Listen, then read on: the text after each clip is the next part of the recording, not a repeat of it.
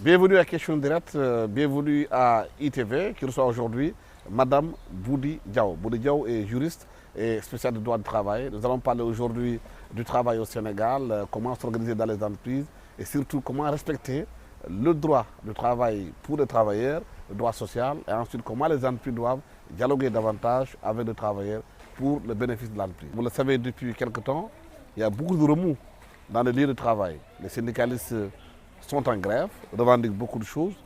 La dernière en date, c'est les travailleurs d'Expresso qui étaient en grève, qui réclamaient aussi leurs droits avec ceux de Sen'Eau. Pratiquement tous les travailleurs du Sénégal, dans beaucoup de secteurs, sont en mouvement et réclament soit des augmentations de salaire, soit des conditions de travail plus décentes. Nous sommes avec Boudi Sall. Boudi, il y a eu deux grèves au Sénégal. Les plus significatives sont les travailleurs d'Expresso et les travailleurs de Sen'Eau. Quel est le lien entre ces deux grèves? Déjà bonjour, merci pour l'invitation. Alors le lien entre ces deux grèves, c'est le droit du travail en fait. Malheureusement ici, le droit du travail est un peu relégué à une seconde position alors qu'il est essentiel. C'est essentiel de s'accorder un moment avec les représentants du personnel pour pouvoir échanger sur différents sujets qui intéressent les travailleurs et les salariés de l'entreprise, et notamment la rémunération. C'est la raison pour laquelle, n'ayant pas cet espace de discussion au sein des entreprises et au sein de leurs organisations, eh bien, ils le font valoir dans l'espace extérieur. Donc il faudrait créer des espaces de dialogue au sein des organisations. Comment Je ne peux pas dire au sein des entreprises, parce qu'on a des entreprises du secteur privé, mais aussi Sen'Eau qui appartient au secteur public. Comment faire pour créer ces espaces de dialogue? Il faudrait réviser les textes. Comment? En quoi Il faut réviser les textes, il faut réviser le Code du travail. Donc il faut savoir qu'on a un Code du travail qui date d'environ 20 ans.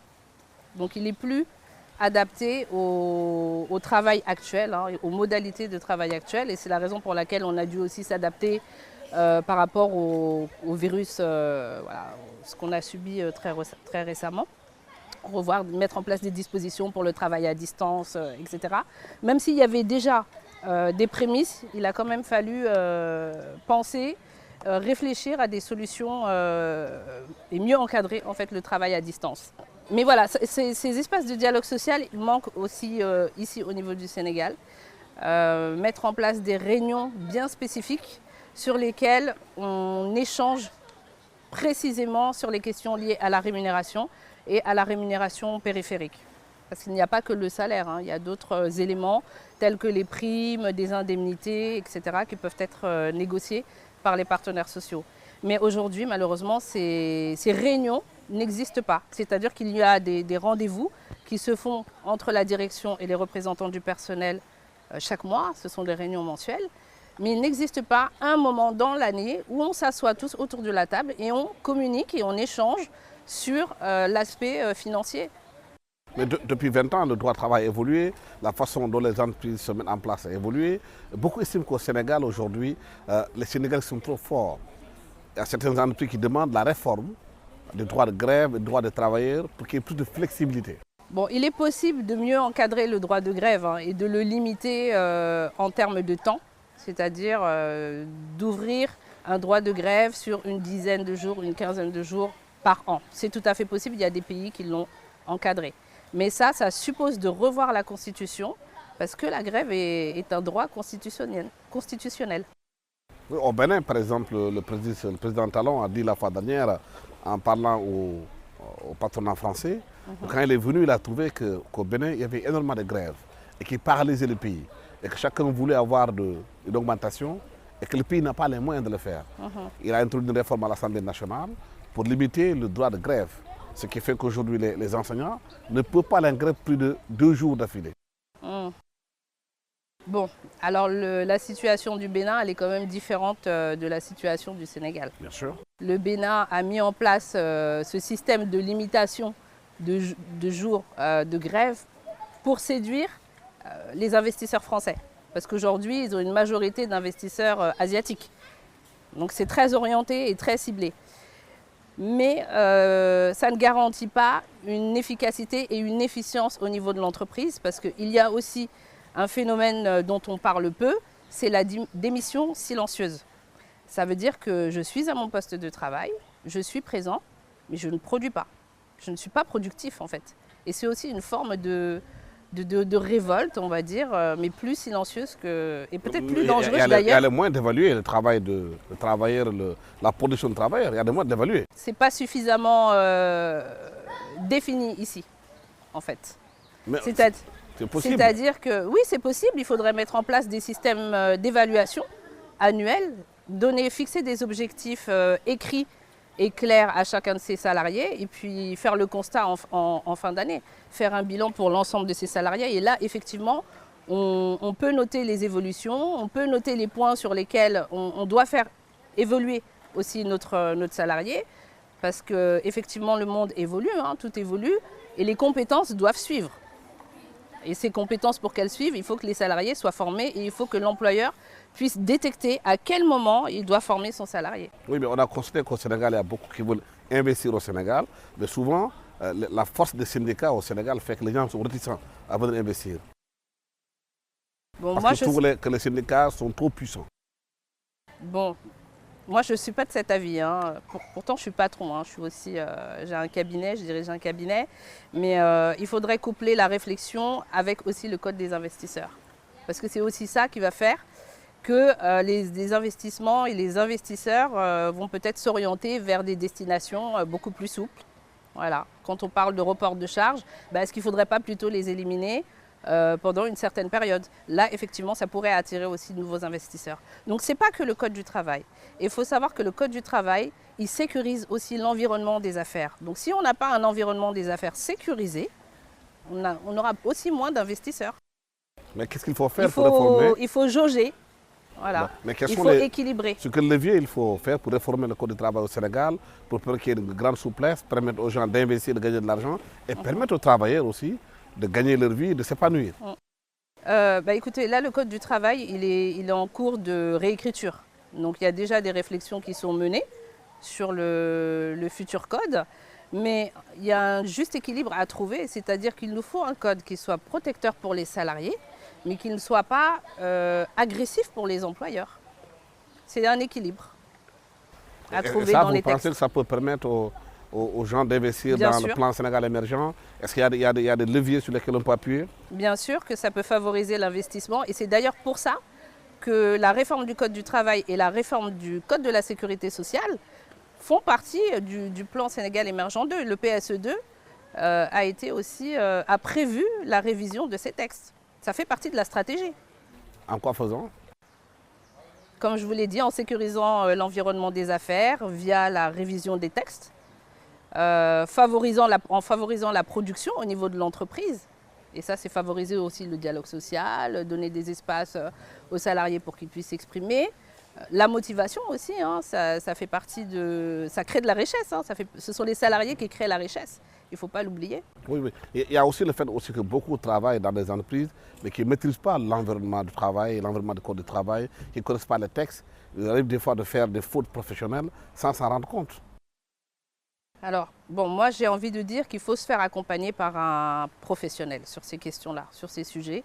Il faut avoir dans ses équipes un juriste en droit social, un responsable en relations sociales, en tout cas une personne qui dispose des compétences en matière de droit du travail, donc individuelle et collective, et qui va accompagner en fait l'employeur et la direction. Parce qu'on ne peut pas avoir une entreprise performante et efficiente sans avoir de conseillers sur ces sujets-là. Parce que la richesse de l'entreprise, c'est les salariés. Oui, on trouve aussi dans une entreprise des fois des arrêts de travail dus aux maladies, dus à beaucoup de choses, qui font que les employeurs souvent ne sont pas contents de la façon dont les employés des fois prennent des arrêts de maladie qui dans l'année font que ça a une répercussion sur la performance de l'entreprise. Donc À mon sens, il faudrait que l'on réfléchisse à des outils qui nous permettraient de gommer ces problématiques. C'est-à-dire que quand on ouvre des négociations avec nos représentants du personnel, on peut très bien mettre en place une prime qui soit conditionnée, qui soit reliée à l'absentéisme. C'est-à-dire 0 absence, j'ai ma prime à 100%. 5 absences, j'ai 50% de ma prime. Je sais pas, 7, je n'ai pas de prime. Voilà. Mais tout ça, c'est une réflexion, c'est de la négociation. Et c'est prendre le temps de s'asseoir avec les partenaires sociaux et de réfléchir comment les travailleurs peuvent évoluer dans leur entreprise, être performants et bénéficier à l'employeur sans que ce soit au détriment de l'entreprise. L'entreprise, elle est là pour créer de la richesse. Les salariés sont là pour apporter à l'entreprise, mais aussi pouvoir vivre de leur rémunération. Donc c'est tout à fait normal qu'à un moment donné, les deux intérêts se retrouvent. Et ça, c'est uniquement par la discussion et la négociation collective, qui n'a pas vraiment de place dans l'entreprise ici au Sénégal. Oui. Et les grèves qu'on voit souvent au Sénégal, est-ce que c'est dû au fait qu'il y a une rupture de dialogue entre l'entreprise et les travailleurs, ou bien c'est une méconnaissance des règles de fonctionnement de l'entreprise entre eux et les travailleurs? Alors c'est une question très intéressante. En fait, c'est les deux. Déjà, il y a un manque de dialogue parce qu'il y a un manque d'espace de communication. Hein. La communication, elle est très importante. Une communication entre l'employeur et ses salariés est nécessaire, mais aussi, il y a aussi un manque de connaissances de la part des représentants du personnel qui est dû au fait qu'ils ont un métier. Voilà. Ils occupent un poste dans lequel ils excellent au sein de l'entreprise, mais ils ne sont pas formés en droit du travail, en finance, voilà, sur tous ces sujets-là. Et ils n'ont pas forcément les armes nécessaires pour avoir la bonne lecture. Et là, c'est la formation qui peut gommer ces problématiques. C'est l'entreprise qui doit faire la formation ou c'est les travailleurs eux-mêmes? C'est les représentants du personnel qui doivent se former en droit du travail. Voilà, parce qu'ils ont deux casquettes en fait. Ils ont la casquette salariée, mais ils ont aussi une casquette de représentation du personnel. Et pour pouvoir assurer leur mission, il faut qu'ils soient outillés. Au même titre oui, parce qu'il y a beaucoup de représentants du personnel qui sont juste là pour aller en castage, aller en grève. Exactement. Mais au fond, la question de la maîtrise des textes, on n'en trouve pas aujourd'hui au Sénégal. Oui, mais qu'est-ce qu'il faut justement pour que les entreprises soient bien outillées par rapport à ça? Est-ce que c'est l'entreprise elle-même qui doit prendre des gens pour former les représentants du personnel, ou bien c'est l'initiative personnelle de représentants du personnel pour le faire? Bon, la question, elle va très loin en fait.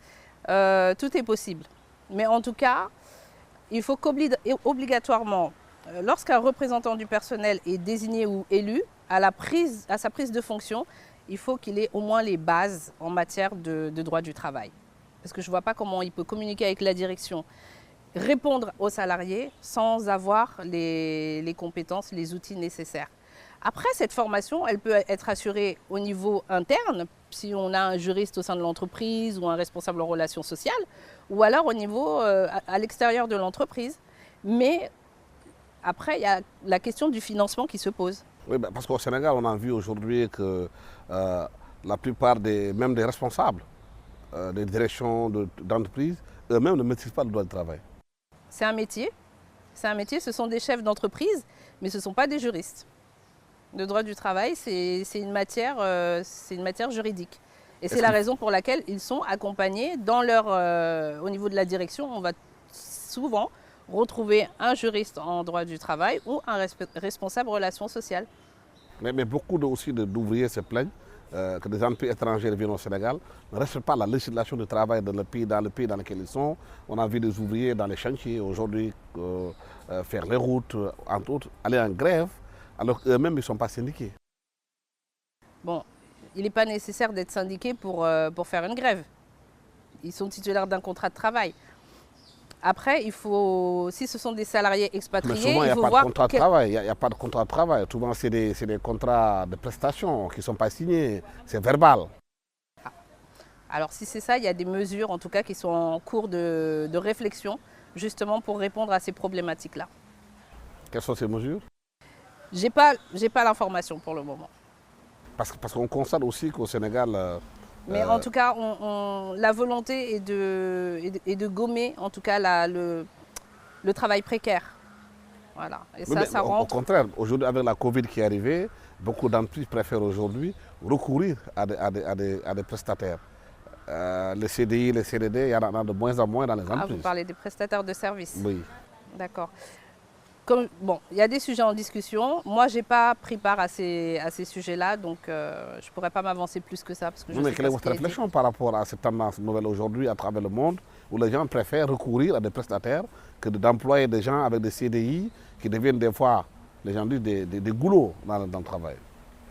On peut faire appel à des prestataires, mais il ne faut pas que ce soit au détriment de l'emploi fixe. Donc je ne peux pas vous dire que c'est bien. C'est pas bien. C'est au détriment des salariés. Ça va. Bon, c'est pas une chose qu'il faut favoriser. Oui, Quelque chose qu'il faut gommer. Oui, la Covid a Voilà. montré aujourd'hui. Les prestataires, ils doivent intervenir dans une situation bien spécifique. Il ne faut pas qu'on sorte de ce cadre-là, en fait. Mais aujourd'hui, on a tendance à déborder, à sortir de ce cadre. C'est ce qui est problématique. Et c'est ce que le nouveau code va tenter de corriger.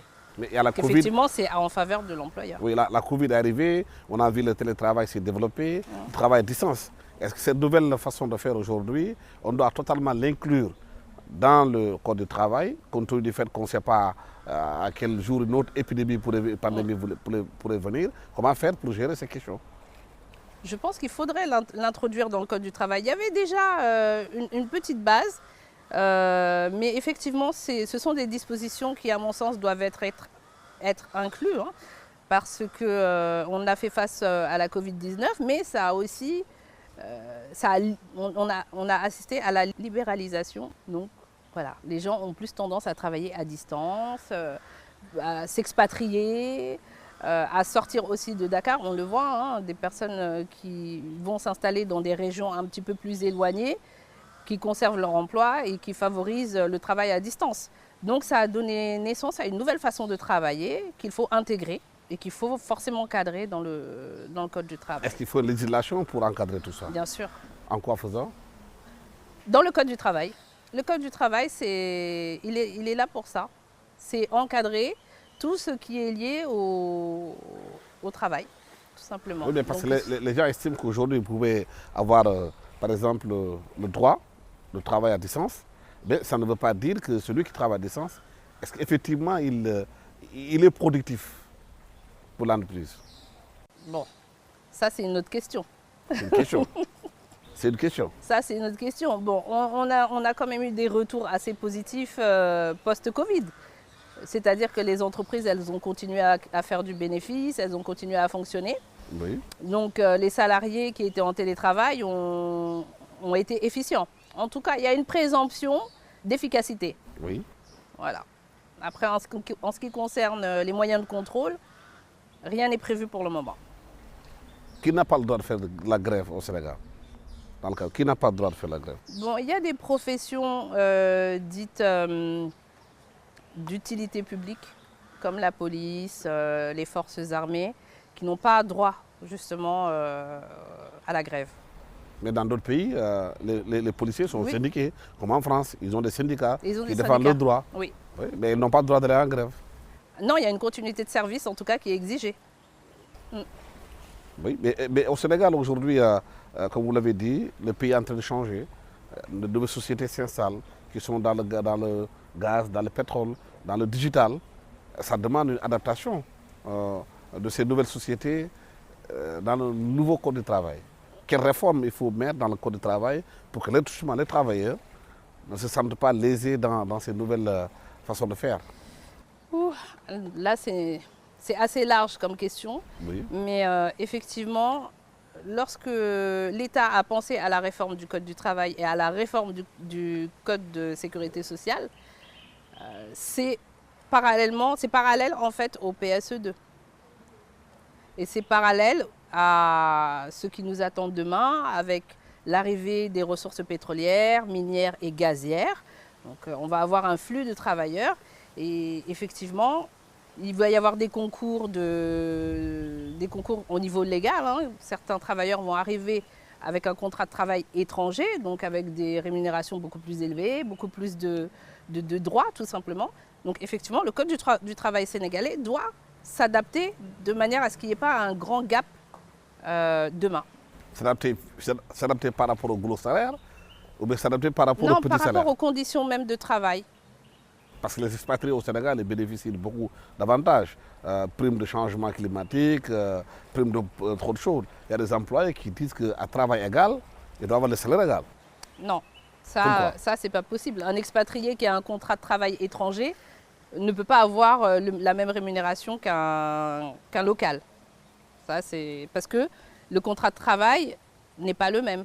Il y a le contrat de travail local et le contrat de travail étranger. Le local doit être moins payé que le... Non, je ne dis pas qu'il doit. Je dis que souvent, lorsqu'on a des salariés expatriés qui sont sous l'égide d'une législation différente, avec des minima de salaire différents, ils ont un contrat de travail étranger. Donc forcément, ils viennent avec la rémunération du pays d'origine, qui n'est pas la même que le minima qui est accordé ici au niveau interne, au niveau local. Mais ça crée C'est beaucoup ce de qui crée frustration. Ça crée beaucoup de frustration dans les entreprises. Eh ben, il faut où les travailleurs ne sont pas éviter d'accord. l'expatriation et plutôt favoriser la compétence locale et former les salariés. Il faut former les salariés, il faut éduquer. Voilà. Lorsqu'on développe une stratégie, on a besoin de moyens financiers, on a besoin de moyens humains. Des moyens humains, ce sont des compétences, une expertise et la bonne personne à la bonne place. Voilà. Donc c'est ce qui manque un petit peu ici au Sénégal. Il faut faire monter les personnes en compétences parce qu'on en a besoin pour se développer. Faire Et monter en ça compétence. évite d'aller chercher la compétence à l'extérieur. Ça, c'est d'instaurer dans les entreprises de formation continue. Pardon? C'est d'instaurer dans les entreprises de formation continue pour les travailleurs, pour qu'ils puissent être à même. Il y a plusieurs outils. Il y a la VAE, il y a la formation certifiante et puis il y a aussi l'éducation. Hein. C'est-à-dire? L'éducation, l'école, l'université, le lycée, les métiers professionnels, qu'il y ait une reconnaissance de ces métiers-là. Oui. Voilà. Mais est-ce qu'aujourd'hui, le métier que vous exercez au Sénégal, comme étant juriste de droit social, est-ce qu'il y a beaucoup de gens comme vous qui travaillent dans ce secteur ici au Sénégal? Bon, j'en ai rencontré, mais disons que le droit du travail ici, ce n'est pas une matière très séduisante. Hein. Pourquoi? On favorise plutôt le droit des affaires parce que tout ce qui est lié aux règles du travail n'est pas prioritaire. Pourquoi? Alors que c'est une erreur. Pourquoi? C'est une erreur parce que, comme je l'ai répété, ce sont les salariés qui créent la richesse de votre entreprise. À partir du moment où vous avez des salariés motivés, qui ont la possibilité de faire part en fait, de leurs revendications autour d'une table et qu'on leur laisse l'opportunité de discuter avec la direction, trouver des solutions ensemble. Vous savez, j'ai entendu les propos des représentants du personnel de Seno qui annonçaient des chiffres. Ça m'a laissé quand même assez dubitatif parce que ils n'ont pas de visibilité sur la santé financière de l'organisation. Et donc le fait de se donner des espaces de discussion et de pouvoir échanger aussi sur la réalité et la véracité de certaines données chiffrées, bah, ça évite d'avoir des situations... Est-ce qu'il y a une obligation de l'entreprise de donner les informations financières aux travailleurs? Alors il y a un bilan social dans lequel il y a des informations, des données chiffrées qui sont communiquées aux salariés. Bien souvent, malheureusement, on ne leur laisse pas le document pour leur permettre de bien analyser et de bien appréhender tout ce qu'on leur transmet. Parce que vous arrivez à une réunion, on a 1 heure de réunion, on vous lance une diapo et on vous balance des données chiffrées. Bon, ça ne sera pas utile. L'intérêt, c'est que les représentants du personnel puissent s'approprier ces données-là, les comprendre, les interpréter et se dire, bon, là, on a la possibilité de réclamer X%, mais voilà, quand on demande 40% d'augmentation... Mais les documents sont quand même aussi des fois stratégiques, confidentiels. Il ne faudrait pas qu'ils se retrouvent dans la place publique par rapport à la concurrence. Oui, mais des données chiffrées sur les résultats de l'entreprise et ses performances, c'est pas confidentiel. Hein. Vous ne pensez pas que c'est à cause de ça que les employeurs ont peur à lâcher ces chiffres-là? Non, parce pas que du ça tout. peut aussi donner des idées aux travailleurs à revendiquer davantage d'augmentation de salaire.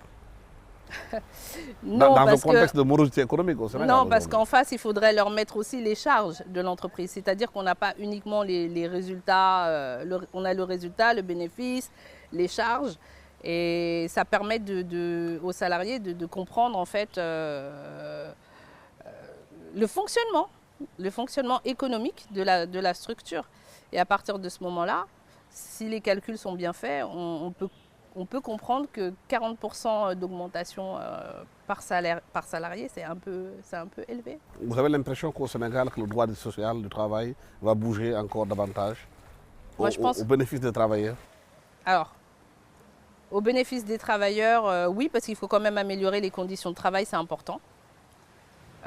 Oui, parce qu'il faut mettre des espaces de communication, ça aussi, c'est indispensable. Mais ce sera aussi au bénéfice des entrepreneurs. Boudy Diaw, merci d'avoir été avec nous sur ce plateau d'ITV Question Directe. Que nous parlons avec vous du droit du travail, du droit de grève au Sénégal, comment les entreprises doivent s'organiser davantage pour qu'il y ait une osmose beaucoup plus importante entre les travailleurs et les employeurs pour le bénéfice de l'entreprise. Merci à toute l'équipe technique qui m'a accompagné pour la réalisation de cette émission. Merci, au revoir.